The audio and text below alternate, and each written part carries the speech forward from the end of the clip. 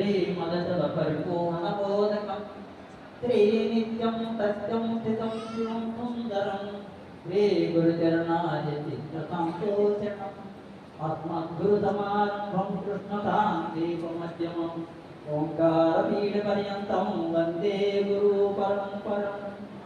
శ్రీ శ్రీ శ్రీ అతడు గురు పరంపరైనటువంటి గురు మహాత్ములందరికీ ద్వాదశ నమస్కారం. అదేవిధంగా శ్రీ మదచల గురు శ్రీమద్ రామకు శ్రీ శివరామదీక్షిత శివసాంప్రదాయం శ్రీ మదచల గురు పీఠ రాజయోగ సేవా సమైక్య తెలంగాణ రాష్ట్ర అచల మహాసభకు ఇచ్చేసినటువంటి పక్కన ఉన్నటువంటి రాష్ట్రాల నుంచి వచ్చినటువంటి అందరికీ కూడా పేరు పేరున అందరికీ ద్వాదశ నమస్కారాలు తెలియజేస్తూ సభలో వేదికపై అధ్యక్ష స్థానంలో ఉన్నటువంటి పెద్దలకు వారి పాదపద్మములకు ద్వాదశ నమస్కారం.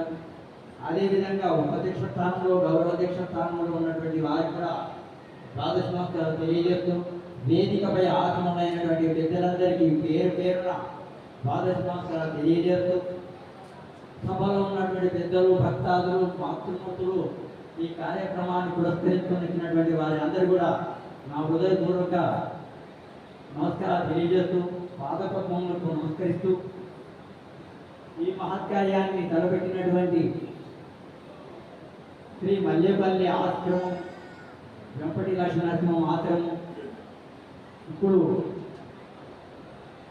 మల్లెపల్లి ఆశ్రమానికి ధర్మకర్త అయినటువంటి పీఠాధిపతి అయినటువంటి శ్రీ రమాదేవి గారి సమేత శ్రీ దయానంద వటపట్ల సాయి గారులకు ద్వాదశ నమస్కారాలు. ఈ కార్యక్రమానికి ఇంత సహకరించి చేసినటువంటి కార్యకర్తలు కూడా మరోసారి శిరస్సు నుంచి నమస్కరిస్తూ ఎందరెందరో మహాత్ములు మానవ తరించే మార్గం కొరకు వారి వారి యొక్క అనుభవాలను సిద్ధాంతాలను తీసుకుపోయారు.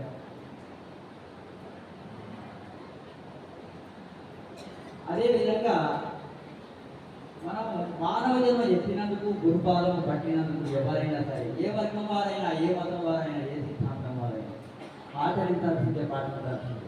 ఈ యొక్క మతానికి ఒక సిద్ధాంతానికి చెందింది కాదు, అందరూ ఆచరించవలసింది. దీనికి ఒక క్రమ పద్ధతి ఉంది. క్రమ పద్ధతి అయినటువంటి బోధ నిష్ప్రయోజనం. సృష్టి మూలము, నరప్రమాణము, సాంఖ్యము, తారకము, అమనస్కము, వేద మహావాక్య విచారణ ఇలా చెప్పినట్లయితేనే క్రమ పద్ధతి. ఇలా చెప్తేనే అది అర్థమైందని చెప్పి శాస్త్రాలు చెప్తా ఉన్నాయి, పెద్దలు చెప్తారు. కానీ ఇక్కడ సమయం లేదు కాబట్టి సమయానుకూలంగా అందరూ సమయాన్ని సద్వినియోగం చేసుకుంటున్నారు కాబట్టి వారి వారి అనుభవాలు తెలియజేస్తారు కాబట్టి అదేవిధంగా ఈ శక్తి నిరాశకమైనటువంటి సాంప్రదాయం ఎందుకు ఆవిర్భవించింది, దీని యొక్క ఆవశ్యకత ఎందుకు ఏర్పడింది అంటే మోక్షాన్ని గురించి పరమాత్మను గురించి ఎందరెందరో మహారుషులు మహాత్ములు ధ్యానానుష్ఠాన గ్రంథపడము వేదాధ్యాయాలు చేసి వారి వారి అనుభవం చేసినటువంటి సిద్ధాంతాలు చేసిపోయారు. కానీ అవి నిజ విధానంలో పూర్వపక్షంగా చూడడం వల్ల అవి ఇది నిజ విచారణ ఏర్పడింది. అప్పటి నుంచి పరిపూర్ణ బోధ చెప్పవలసి వచ్చింది. ఆత్మ కొరకే చదువులు అన్వేషణ చేసినారు.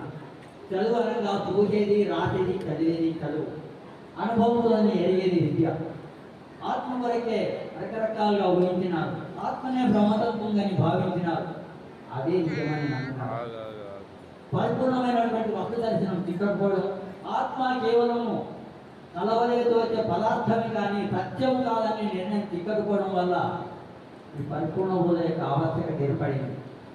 ఈ పరిపూర్ణ బోధన చక్కగా అవగాహన చేసుకొని నిమిత్తమై పెద్దల సేవ చేసి ఒక నిజమైనటువంటి గురువును ఒక శిష్యుని ఏర్పాటు చేసుకొని ఇద్దరి పాత్రలను కల్పించుకొని ఈ పరిపూర్ణ బోధన రాసినాడు శ్రీమద్ భాగవత కృష్ణ ప్రభు. ఆయన మనం ఎంతో రుణపడి ఉన్నాం. జయ సద్గురు బ్రహ్మరాజుకు. అదేవిధంగా సభకు నమస్కారం చేసినాడు. సభలో వచ్చే గురు శిష్యులు కాకుండా రకరకాలైనటువంటి వాళ్ళు ఉన్నారు. అనేక గ్రంథాలు రాసి అనుభవం ఉన్నటువంటి వాళ్ళు ఉన్నారు. వారందరికీ సభకు నమస్కారం చేసి అయ్యా ఇది జనన మరణాలు తొలగజేస్తుంది అని చెప్తే ఈ జనన మరణాలు అందరూ శరీరం మీదనే చెప్పుకుంటూ వస్తున్నారు కానీ చైతన్యమైనటువంటి ఆత్మ మీద ఎవరికి అర్థపట్టలేదు. ఆత్మ సచ్చేది కాదు, పుట్టేది కాదు. ఆత్మ అంతటి దానికి జన్మరణాలు లేవు అనే దాని మీద ఇది కేవలము జడమైనటువంటి శరీరమే కాబట్టి ఈ పరిపూర్ణముల యొక్క ఆవశ్యకత ఏర్పడి,